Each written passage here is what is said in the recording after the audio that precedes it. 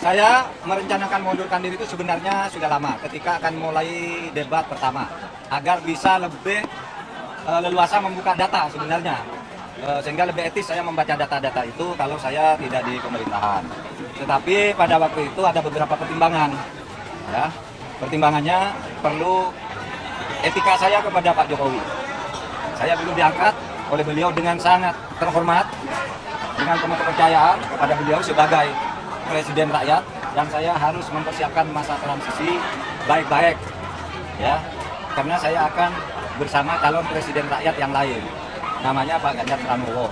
Saya sudah sepakat dengan Pak Ganjar Pranowo untuk saya mundur pada momentum yang tepat sambil membuat masa transisi itu.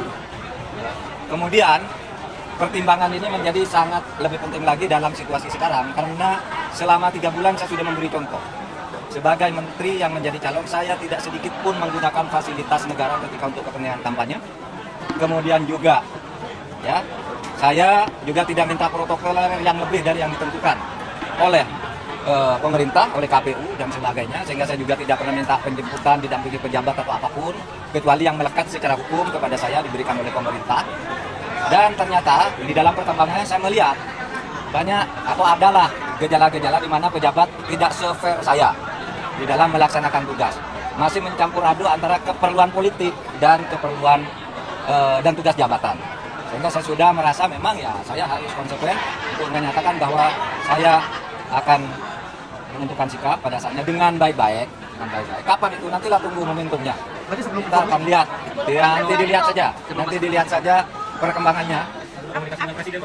Justru itu yang harus saya lakukan agar saya lebih menghormati beliau, tidak colong pelayu, tetapi akan menyampaikan dengan baik-baik, dan juga momentumnya akan dibicarakan lagi dengan tim pemenangan nasional dan pimpinan koalisi pengusung. Bagaimanapun tidak bisa berjalan sendiri. Ini terikat secara kenegaraan, terikat sebagai menteri, harus ikut pada apa yang digariskan oleh presiden, tapi sebagai calon wakil presiden harus ikut partai pengusung. Ketemu dengan TPN, tim pemenangan nasional, disitulah nanti akan ditentukan cara yang terbaik, bukan dengan cara ingin meremehkan atau dengan cara ngambek dan sebagainya. Tidak, harus baik-baik, karena negara ini negara yang sangat indah untuk dikelola dengan baik demi kepentingan rakyat. Itu saja. Sampai ketemu ya.